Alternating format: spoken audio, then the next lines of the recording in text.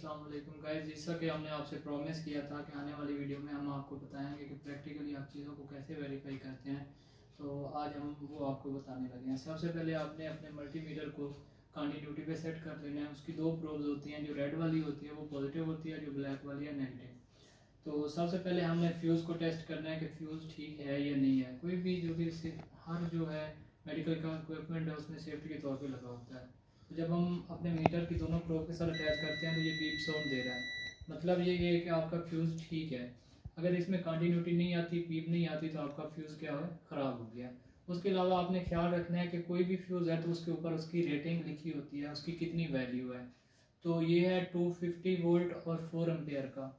4 ampere का होता है, 2 एम्पेयर का होता है, 5 एम्पेयर का होता है। तो डिफरेंट रेटिंग होती है। तो जब भी किसी चीज़ का आपने फ्यूज़ देखना है कि वो ख़राब हो गया, उसको चेक करना है, तो देखना है वो कितने एम्पेयर का है, फिर उतने एम्पेयर का ही उसमें वो आपने जो सही है वो लगाना है। उसके बाद जो हमारे पास दूसरा इलेक्ट्रिकल कंपोनेंट है वो कैपेसिटर है। कैपेसिटर की जो ये वाली साइड है जिस पे ये पट्टी लगी होती है, ये नेगेटिव होती है और दूसरी ये पॉजिटिव होती है। तो ये पोलर कैपेसिटर है और इसकी जो वैल्यू है 4700 माइक्रोफैरड है।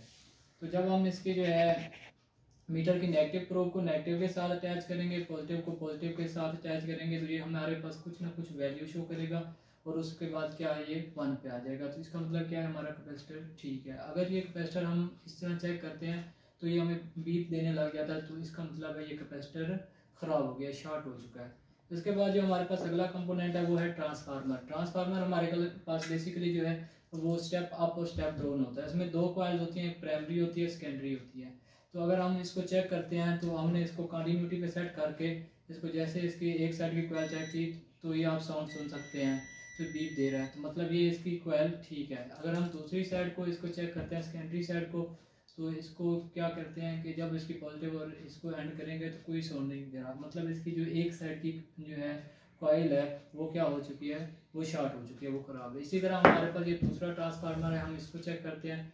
तो जब इसकी हमने मल्टीमीटर की कंटिन्यूटी पे रख के चेक किया तो कोई वैल्यू नहीं आ रहा, बीप नहीं आ रही, मतलब इसकी जो है ये प्राइमरी शॉर्ट हो चुकी है। अगर हम दूसरी को चेक करते हैं, इसी तरह हमारे पास जब हम मीटर को अटैच करते हैं तो हमारे पास बीप का साउंड आ रहा है, तो इसका मतलब ये है कि ये हमारी कॉइल ठीक है, इसकी एक साइड की कॉइल ख़राब हो चुकी है। इसी तरह हमारे पास ये एक बोर्ड है, इसके अंदर ये ट्रांसफार्मर लगा हुआ है। तो इसका जब हम चेक करते हैं तो जब हम इसकी प्राइमरी और सेकेंडरी चेक करेंगे तो क्या करता है, इसकी ये कॉइल ठीक है। अगर हम दूसरी इसकी साइड की सेकेंडरी कॉइल चेक करेंगे तो वो भी बीप दे रहा है, तो इसका मतलब ये हमारा ट्रांसफार्मर क्या है, ठीक है, वर्किंग कंडीशन में है। ये दो हैं ख़राब हो चुके हैं। इसी के अलावा अब जब आपके पास रेजिस्टेंस है तो आपने उसको अपनी कंटिन्यूटी के साथ किया हुआ है, डायोड पे आएंगे तो पॉजिटिव इसके दोनों एंड से जब मीटर को प्रोब करेंगे तो ये कोई ना कोई वैल्यू शो कर रहा है, जैसा कि आप मीटर पे भी देख सकते हैं, ये कुछ वैल्यू शो कर रहा है।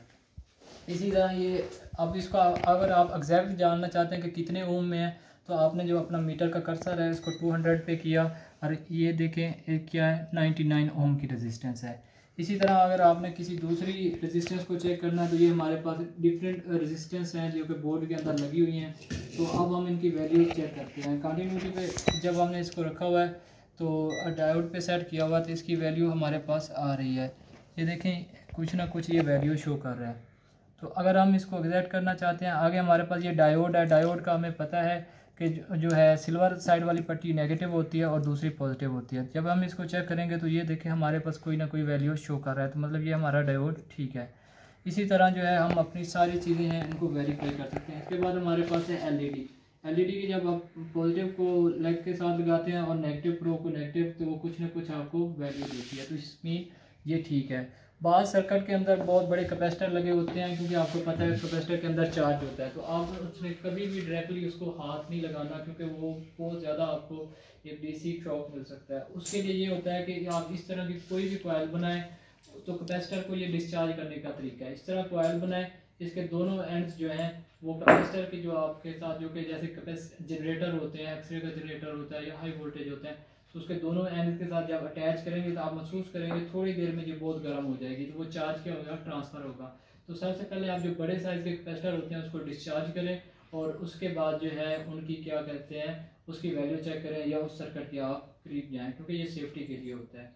उसके बाद आपको जो मेन चीज़ है वो आपको है कि पता होना चाहिए सारे जो मेडिकल इक्विपमेंट्स होते हैं वो 220 वोल्ट पे ही काम कर रहे होते हैं।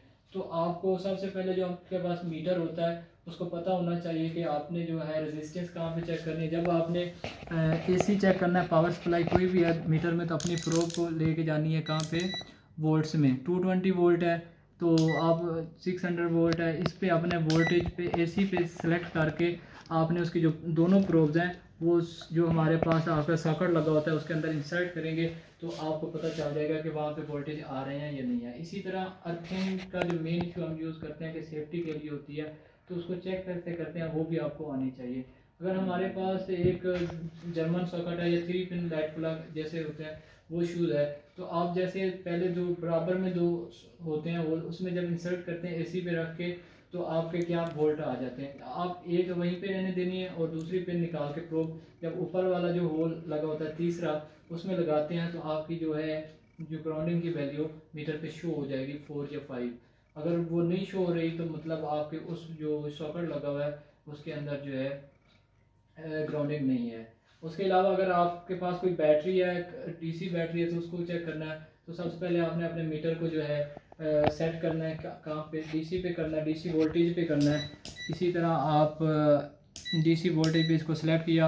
अगर आप वो बैटरी की जो है हमारे पास ये पॉजिटिव होती है ये नेगेटिव होती है, तो इस तरह जैसे ही आप चेक करेंगे तो इसके जो वोल्टेज 0.2 है तो ये तकरीबन 9 वोल्ट की होती है, तो ये डेड हो चुकी है। तो आपको मीटर का यूज़ आना चाहिए कि वो आया वो कंपोनेंट एसी है, डीसी है, उस वक्त क्या चीज़ है, उस तरह आपने अपने मीटर को सेट करके उसकी वैल्यू को वेरीफाई करना है। इसी तरह हमारा जो ये बोर्ड है इसके अंदर अब डिफरेंट तरह के वैल्यूज़ लगे हुए हैं, कैपेसिटर लगे हुए हैं, रेजिस्टेंस लगी हुई हैं।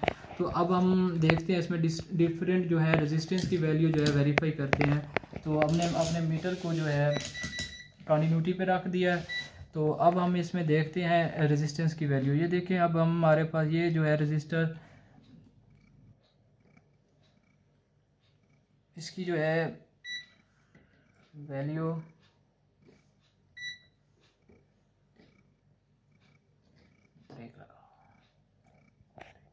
उसके अलावा हमारे पास जो है ये हमारे पास क्या है, बेज रेक्टिफायर है। इसमें 4 पिन होती हैं जैसा कि ऊपर मेंशन है। आउटर साइड वाली जो हमारे पास इसमें डीसी होती है और इनसाइड वाली जो होती है एसी होती है।